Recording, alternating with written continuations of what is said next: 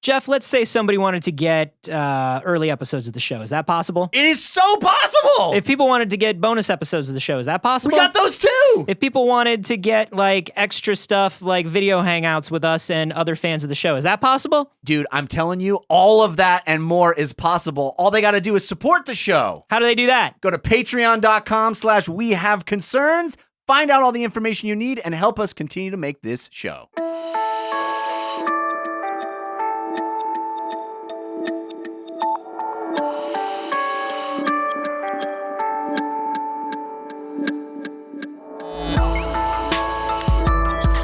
And they're like, oh, these people are so boring. If only there was a way to pierce the veil and get to where I belong.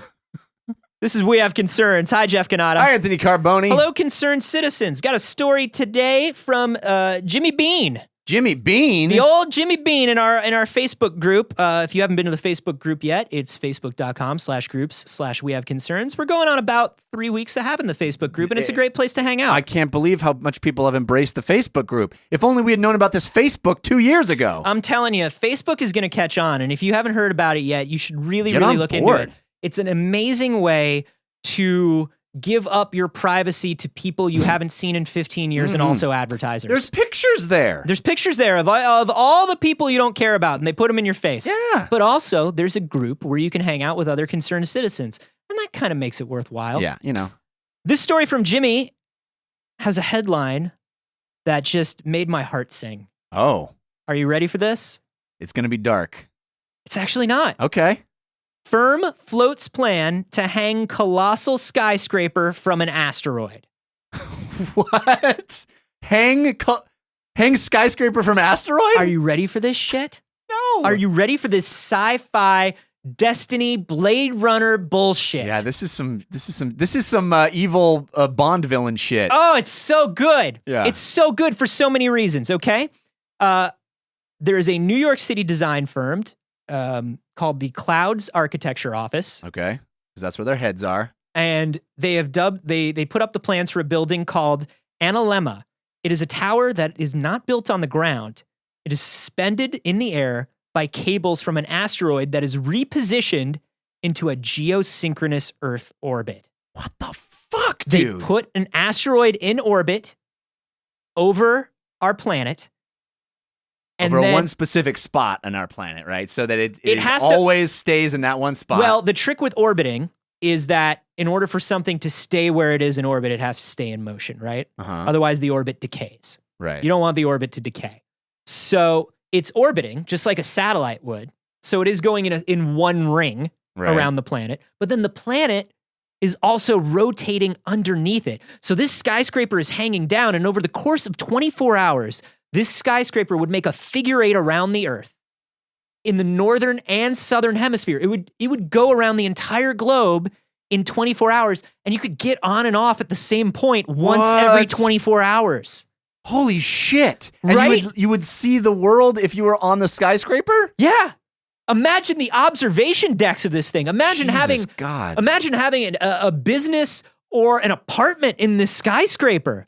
And literally looking down underneath you and seeing the entire world. Oh my God. But if the elevator stalls or something and you miss your stop, you're like, oh fuck, I gotta wait a day. Oh darn, another day in beautiful geosynchronous orbit in this beautiful space asteroid building. Space asteroid Oh, building. what a bummer.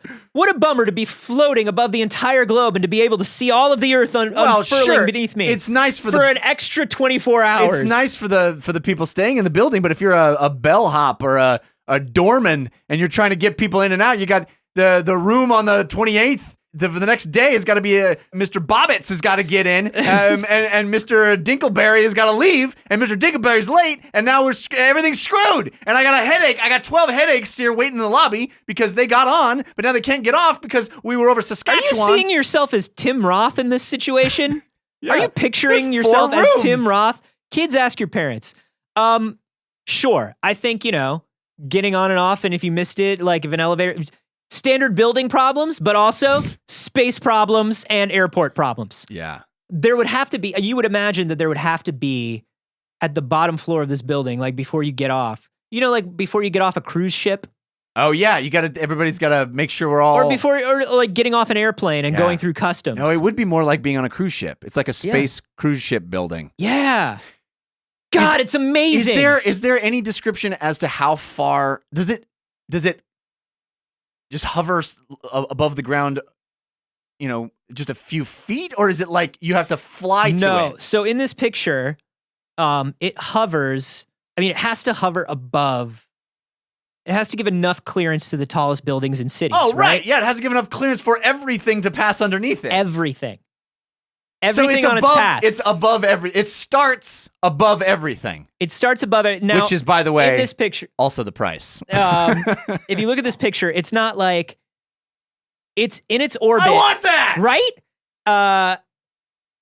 In its orbit, it doesn't pass through like any huge, super tall mountain ranges or anything like that. You don't have to worry about like it has to be taller than Mount Everest or anything like that. It just has to be taller. Right, because that would never be a problem. The asteroid would never go out of orbit. Or, no, God, listen to me. We wouldn't have tons of screaming panic as we crash there are headlong into the Everest and we all plummet to our doom on the snowy peaks of Mount Everest. Yeah, exactly. Thank you, Jeff. You actually quoted this guy word for word. It's crazy that you knew. So the speed of the tower relative to the ground would vary depending on which part of the figure eight it was tracing, with the slowest speeds at the top and bottom of each loop. The asteroid's orbit would be calibrated so that the slowest part of the tower's path would occur over New York City. Ah, right. That's where all the action is, baby. It's where all the action is. A great place to get on or off your floating building in the sky. Yeah. Do you know what this reminds me of the most when you bring up cruise ships? It reminds me of, there is a cruise ship called the World. Did you ever see this? I don't think so. I saw like it might have been like an episode of Modern Marvels or just like a news piece about it. But this is a cruise ship that instead of running like a hotel, it runs like a condo. You buy your stateroom. That's cool. On this boat. And the boat is constantly sailing around the world. And you choose when to get on and off the boat because you own your home on the boat. Huh. And there are like shuttles you can take, like if the boat's not in port, there are certain places where you can take like a helicopter shuttle or a fast boat shuttle to get onto to get to this place. To your home. It's crazy to me. Being on this skyscraper, and it doesn't say whether they're planning. I mean, they do say that they kind of plan on it being residential. Really? Yeah. Can you imagine like the lifestyle of that? It's space bon vivant is what it would be. It's crazy. It's like it's very 60s sci-fi. Yeah. So does it say how theoretically they would build it? Do you build it on Earth and then hoist it up into the stars, or do you construct it in Dubai? Well, of course you do. And then connect it. You attach it to the asteroid after it's built. Yeah. So and we need a series of giant robot hands to hoist it into the sky. Yeah, you just need a couple mechs. Yeah, you get a couple giant, Jaegers. Yeah, Voltron just style some Gundams. astromechs. Yeah, totally fine. So it's going to be entirely powered by solar panels, right? Because it's this giant asteroid in space, so you cover it in solar panels. Man. And you cover every available inch of that building in solar panels. It's going to use recycled water.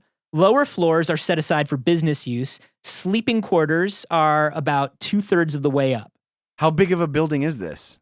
The building is very large, Jeff. Thank you for asking. Yeah. Because I think in order for the thing to be in orbit and then I guess you could have really long cables. You could have like little teeny houses. So just dangling very, very far in from an asteroid. Yeah. It says that it would be the world's tallest building. Wow. It would be bigger than any of the other skyscrapers on Earth taller before we make it higher. Right. It's already taller.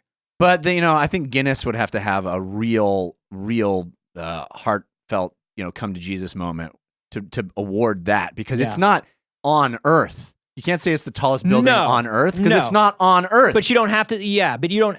Well, if you erect the building on Earth, then it was the tallest building ever constructed on Earth. Okay. So you could. That's the trick with world records is technicality, semantics. That's a sub field. That's everything in world records is about semantics. And that's why I got out of that racket. I have a world record, Do you? I do. I hold the world record for being spat on by the most dates in a fancy dinner setting in a minute. What? I specifically set this record at a record setter event in New York. People spat on you? Yeah, I lined up a bunch of women from the audience and I set up a fancy dinner table, and they one by one they sat down in front of me and I said something stupid and then they spat water in my face. Why that? Because now I hold the world record in it, Jeff. Oh, no, it's a source of pride for you and your and family. no one else does. Yeah, no, Think definitely. about that. So here's how it's built. That's why when you go to a new city, they always like the water spitting guy. The water spitting guy. That's right. That's the guy. That's Because your reputation precedes you because it's such a famous thing to own the world record in there. And also, I'm part llama. By placing a large asteroid into orbit over the Earth, a high-strength cable will then be lowered towards the surface of the Earth, from which the super tall tower will be suspended. It can be constructed anywhere in the world and transported to its final location. That's the day, man. That's the day you want to really kind of come out and watch it. The day that the cables get connected and the building ascends into the stars. Yeah. That's a day. That's the day. And you know what's crazy is like you know that people can't be in the building for that. Like there's no way. But to like watch it happen, that would be amazing. That would be amazing. So business is conducted at the lower end, like we said. 2/3 of the way up is sleeping. Devotional activities are scattered along the highest reaches. What the fuck is this now? Religious services of all kinds. Oh, this is whoever you worship, however you worship. You go to the highest. Can you imagine that? Like going to a religious service like in the sky, like in the fucking sky, looking down over all of creation. Yeah, that's dope. intense. The only people that will be able to afford it are shyster megachurches. That's right. Cool one there. Yeah. Surface transfer points take advantage of the highest topography. The size and shape of windows change with height to account for pressure and temperature differentials. Wow. The amount of daylight increases by 40 minutes at the top of the tower due to the curvature of the Earth. You get an extra 40 minutes of daylight on the top of that tower. That's pretty rad. It's crazy. They have no idea how people are going to get up and down yet. Up into it or up and down inside it? Up and down into it. Right. That's a nut to crack for sure. So giant little catapults. Just open the window. We'll catapult you in. Just what about big hooks? They attach like a big hook to your back. Yeah. They're just like, hold on. You just stand on a platform with just like hobos riding the rails. Yeah. You stand on a platform and there's like dangling hooks that are going by, and you have a big rod on your backpack. Yeah. And it just grabs you and you hoist you into the sky. You ride one of those. Things that they have at like beach spring break cities where they like slingshot a chair into the sky and it keeps going up and down. And like when it gets to its highest point, it just like the building scoops you up. It's such an anime version of commuting to work. It's just a bunch of bored businessmen in suits with giant rods protruding from their backs, waiting for the hooks to come by. Just like, so crazy. I want to live here? Yeah. There's no way that this isn't a front for some sort of terrible, terrible thing. Oh, right? The kingpin's at the top floor, right? Yeah. There's no way the guy who's proposing this also doesn't want to destroy humanity and soar away. Here's how it goes. Lowest levels, business. Up above that, living quarters. Up above that, religious ceremony. Up above that, the guy. Andrew Ryan. The fucking guy. Yeah. Yeah, there are no gods or kings, only man. Only man, but that one man happens to be at the top of the floating tower. And it's businesses, sleeping quarters, for henchmen. It's all henchmen all the way down. Yeah, just restricted. Business, residential, shopping. 4 floors the elevators just don't seem to stop on. Right.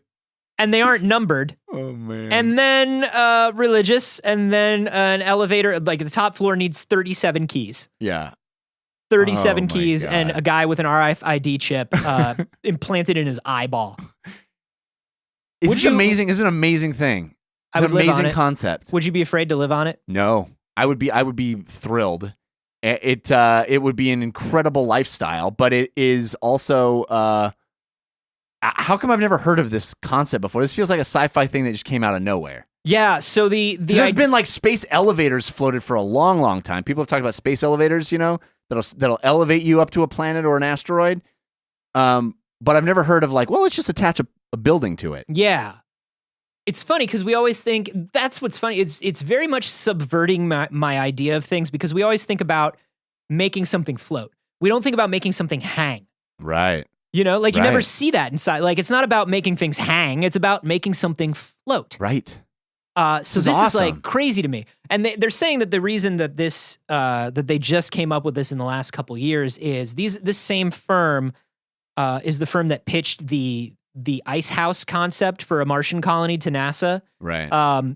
So they were like thinking about what they learned through working with NASA on that pitch. And one of the things that they learned is like, hey, pulling asteroids into geosynchronous orbit is something that's going to be possible within 20 years. Man. Maybe less. Because if you think about what SpaceX is doing right now, where it's like, hey, can we launch a rocket, land it on a moving platform, launch it again, land it on another moving platform. Once we get there, then we're able to land on any near object, right? And once we can do that, we can attach a thruster to that object. We can move that. We can even like... What about like retrofitting existing buildings? Like just like chopping them and raising them into the sky? Because if you think of... I mean, I'm going into weird sci-fi territory here, but if you think of, a future where we're racked by earthquakes... Yeah. And we can't have buildings on the surface of the earth anymore. But we still want to be in the earth? Yeah. What if we just take everything off of the earth for a second? Just like remove it all and hang it above the earth. And the earth can shake and move and do whatever it needs to do. Yeah. And we're fine. And then we can visit the earth when we need to. And what's crazy is by living on this building, if we built a bunch of these buildings and floated them around, these are like... They use closed loop water filtration systems. They use entirely clean energy. They use like all this. Moving people up into this thing is actually good for the earth. Yeah.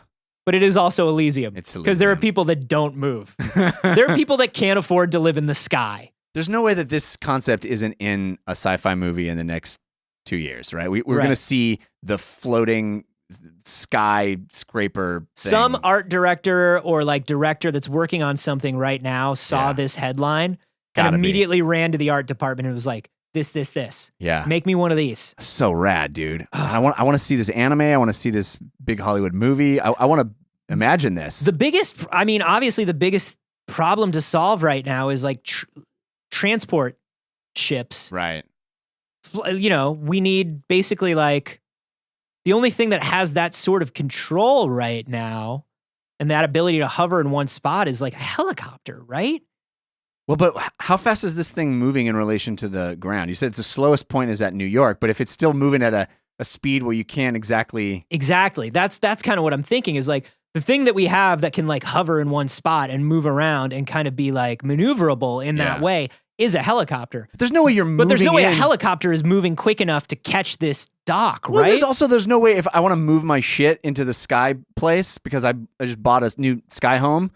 I'm not going to like have a helicopter moving company. There's no helicopter moving companies, Anthony. No. Hey, quick idea. You and me, helicopter moving company.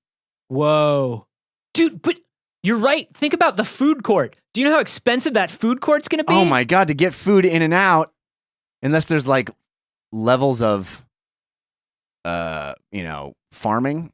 I don't know how you would do that. Could you do farming in a building? Could you do building farming, sky building farming? Oh yeah, you totally could. Yeah. You could have farming levels, but they'd have to be on lower levels, right? Right. Because what are you going to grow? Or they would have to be completely closed. They would have to be like hydroponic systems. Right.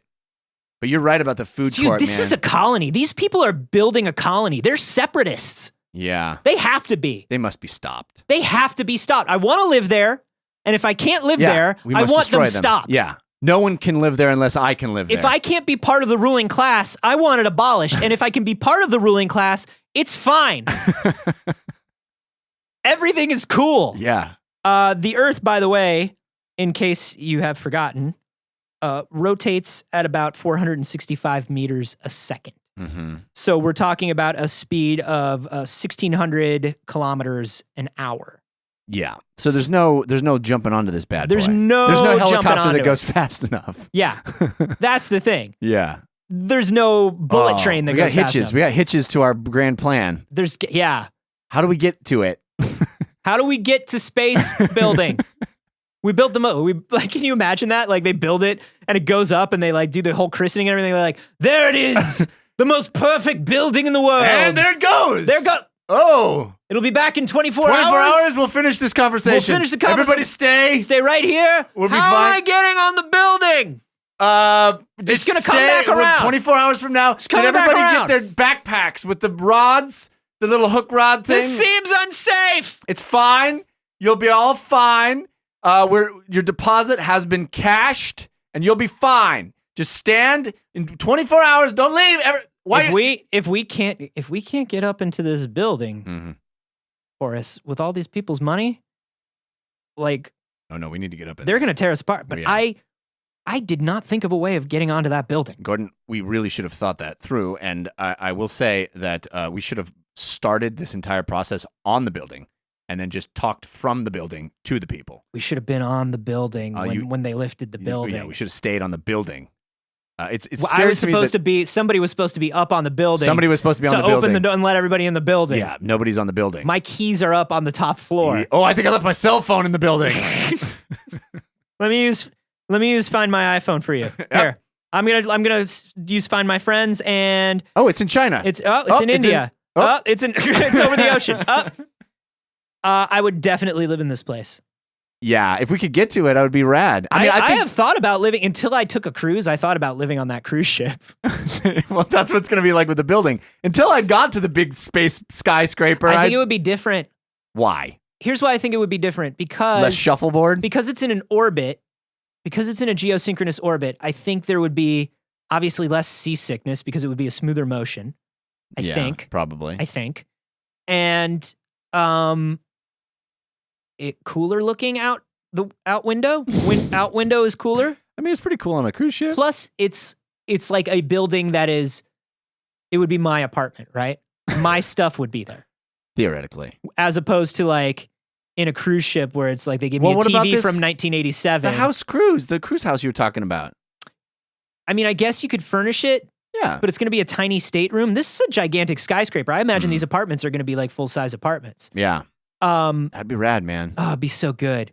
Would you guys live on this thing? You got to let us know. Yeah, you got to tell us. You have to tell us. And also, if you have any great ideas about how to get on it. And if you're a cop, you have to tell us. If you have any great ideas about how to get to it, let us know that too. And let them know that. Because we're going to start Don't let them know it for free. We're going to start our helicopter moving company. We really need your help. We really need your help. You can let us know on Twitter. I'm at @acarboni. I'm at Jeff Canada. And you can hashtag those. Grab the hook. Grab the hook.